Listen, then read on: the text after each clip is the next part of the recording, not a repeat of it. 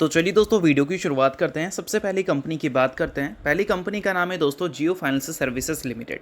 But इसको discuss करने से पहले अगर आपने अभी तक चैनल को सब्सक्राइब नहीं किया है तो चैनल को सब्सक्राइब करके बेल आइकन को प्रेस कर लो और सेबी रजिस्टर्ड टेलीग्राम चैनल को भी ज्वाइन कर लो, जिसका लिंक आपको डिस्क्रिप्शन में देखने को मिल जाएगा। और एक डिस्क्लेमर भी है, जो भी न्यूज़ एंड अपडेट्स हम लोग कवर करेंगे वो सारी एजुकेशन पर्पज़ के लिए है, सीखने के लिए है, तो इसको किसी भी तरह का इन्वेस्टमेंट एडवाइस मत समझना। आप खुद से भी रिसर्च और एनालिसिस कर सकते हैं।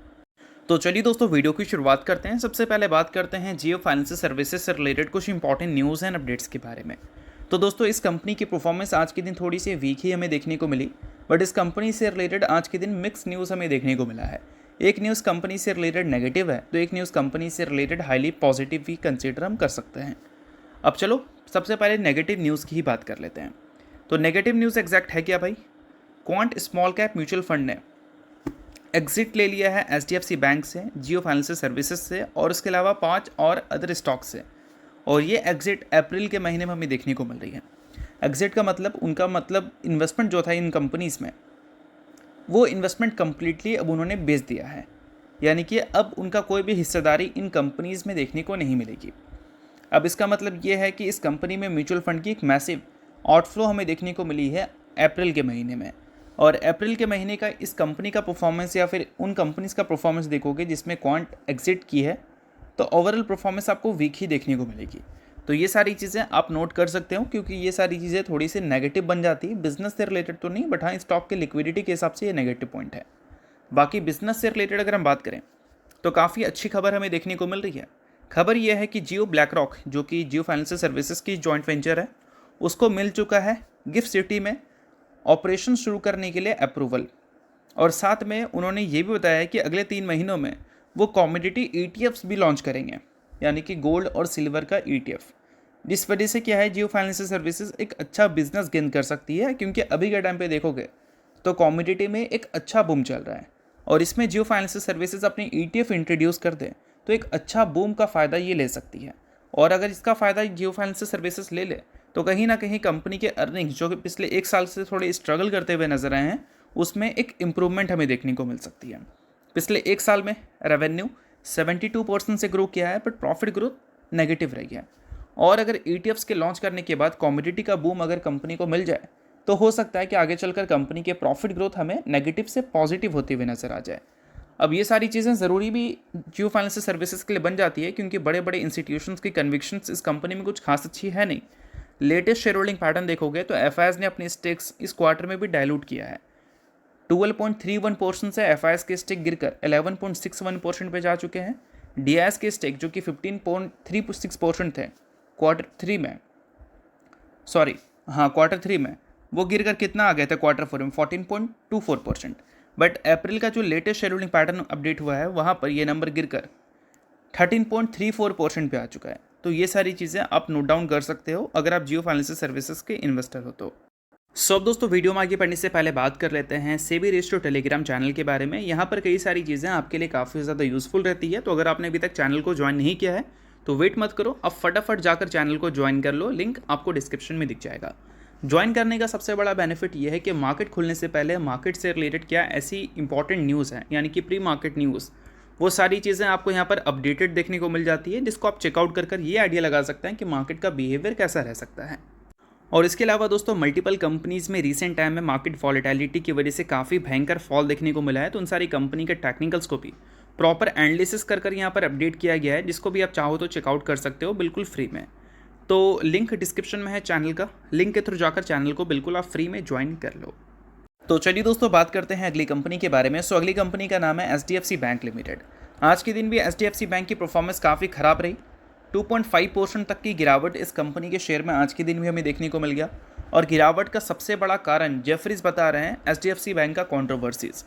और सिर्फ उन्होंने ये नहीं कहा है कि एचडीएफसी बैंक की कंट्रोवर्सीज की वजह से एचडीएफसी बैंक कर रही है, उन्होंने ये भी बोला है कि एचडीएफसी बैंक की जो कंट्रोवर्सीज हैं वो इम्पैक्ट कर रही है बैंकिंग सेक्टर के वैल्यूशंस को। यानी कि बैंकिंग सेक्टर में जितनी भी बड़ी बड़े बैंक्स हैं उनके जो वैल्यूशंस हैं उसको इम्पैक्ट कर रही है एचडीएफसी बैंक का ये कंट्रोवर्सीज।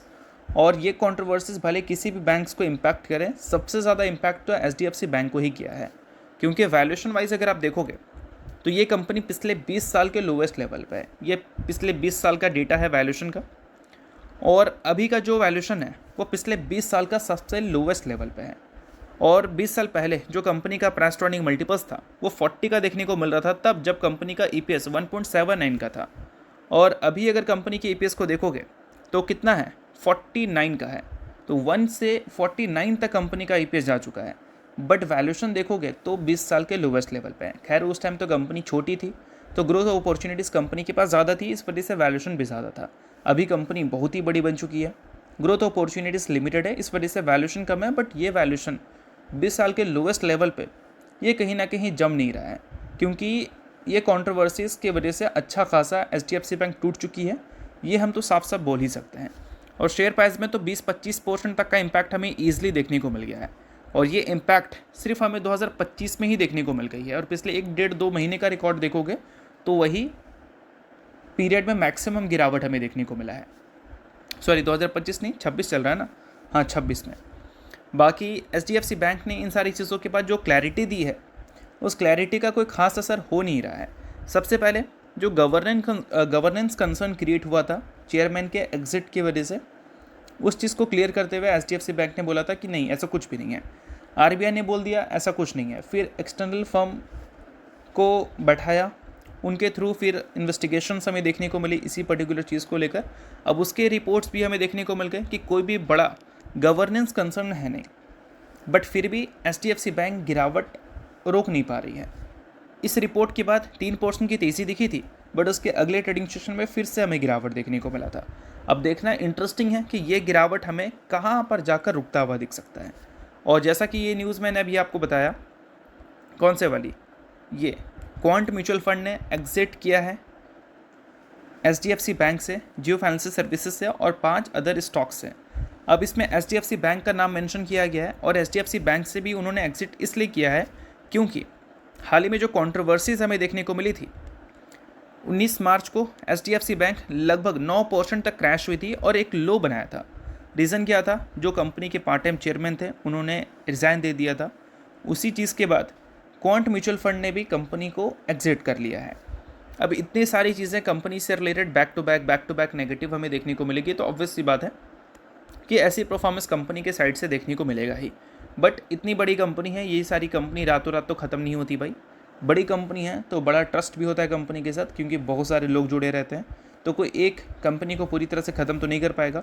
ऑब्वियस सी बात है, प्रॉब्लम्स हो सकती है, बट उस प्रॉब्लम का सॉल्यूशन भी इन कंपनीज़ के पास होता है।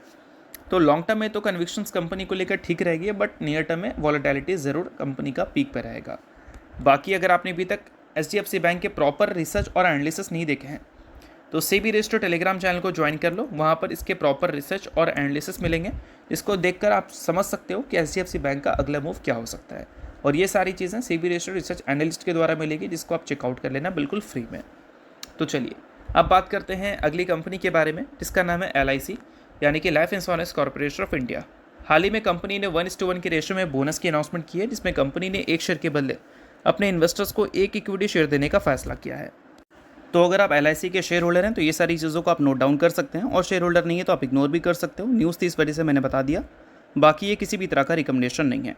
तो होप करता हूँ ये वीडियो आपको अच्छा लगेगा, और इंशाल्लाह लाइक कीजिए, पहली बार सब्सक्राइब कीजिए। वीडियो के लिए बहुत बहुत शुक्रिया।